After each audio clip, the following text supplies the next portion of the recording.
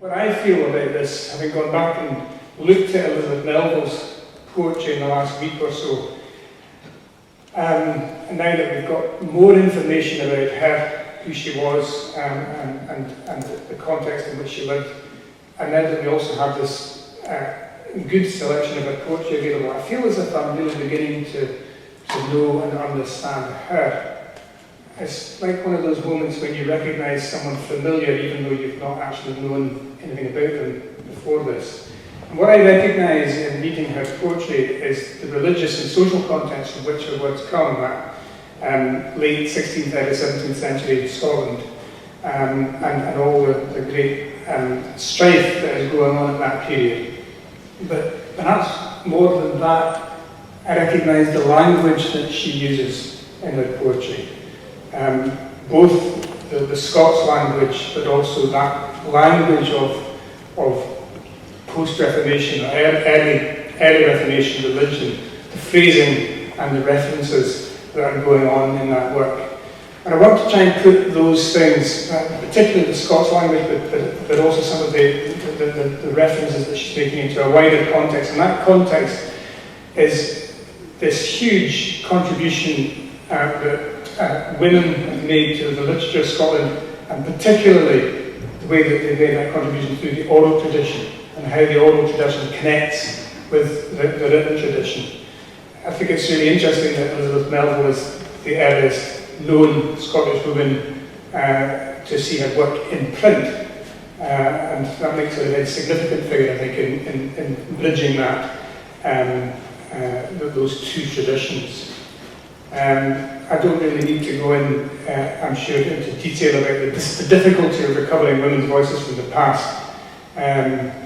But I know when I was researching my novel The Fanatic, which is set in just a generation or so after the period in which Elizabeth Melville lived, one of the things that was very clear was that, broadly speaking, so long as the recording of the past was carried out only by men, then history always told us far more about men, or those at the upper end of the social ladder, than it did about those further down the social ladder, and particularly women. But slowly, and this is where I think what Germaine said is really interesting, it's a long, long process, but slowly that imbalance begins to be redressed. I was looking up a very important book that was published in 2006, the Biographical Dictionary of Scottish Women, which I'm sure some of you will have come across, which did that thing of identifying and locating women in our history in a way that really hadn't been done before. And that made me think back to a book that I co-compiled back in 1996 with Angela Kahn, a dictionary of Scottish quotations. And when we put that book together, one of the priorities that we set out with was we felt we had to try and represent women as fully as possible in that dictionary of quotations, because otherwise the way that Scotland was being represented through quotations was completely imbalanced. And so we tried very hard to unearth and locate things that women had said that hadn't perhaps been put into that kind of book before. We didn't achieve an equality of male-female quotations or male-female entrants, but I think we ended up with looking about 35% female, which in 1996 didn't seem too bad. One of my favourite quotations from that book is from Lady Mitchison. Nobody can be a poet in their age unless they can be a part of its voice. And when I was looking through the dictionary quotations, I was absolutely delighted to discover that one of the women we did include was Elizabeth Melville. And I can't actually remember now where we found her, how we found it, and whether it was Angela or me that found it, but we did, and we represented it in one stanza from In Godly Dream. And again, I don't know why we put that particular stanza in. It's the one thing is, Lord Jesus, come and save. I've got it here. Lord Jesus, come and save thy ain elect, for Satan seeks our simple souls to slay. The wicked world does strangely us infect. Mace monstrous sins increases day by day. Where love grows cold, where zeal is worn away, where faith is failed, and we are like to fall. The lion roars to catch us as his prey. Make haste, O Lord, before we perish all. And we put the entire stanza in. And I think we probably just liked the sound of it. I have to say at that point, we knew nothing else about Elizabeth Bell than that. So that was 1996, so I feel quite chuffed about that. But actually, the interesting thing about that dictionary of quotations was that probably the female presence in that book was considerably higher than we could actually claim because of the inclusion of that familiar author, Anonymous.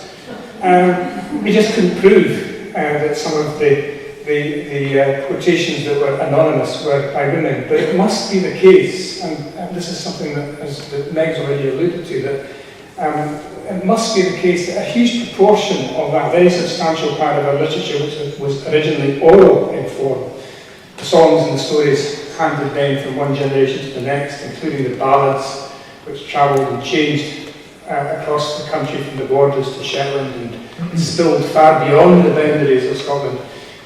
A very substantial part of that oral literature must have been created and memorised and transmitted by women. And in fact, that's a point that is made in the introduction to the biographical dictionary of Scottish women, that women were the carrying stream for many of the things that were then subsequently recorded by men.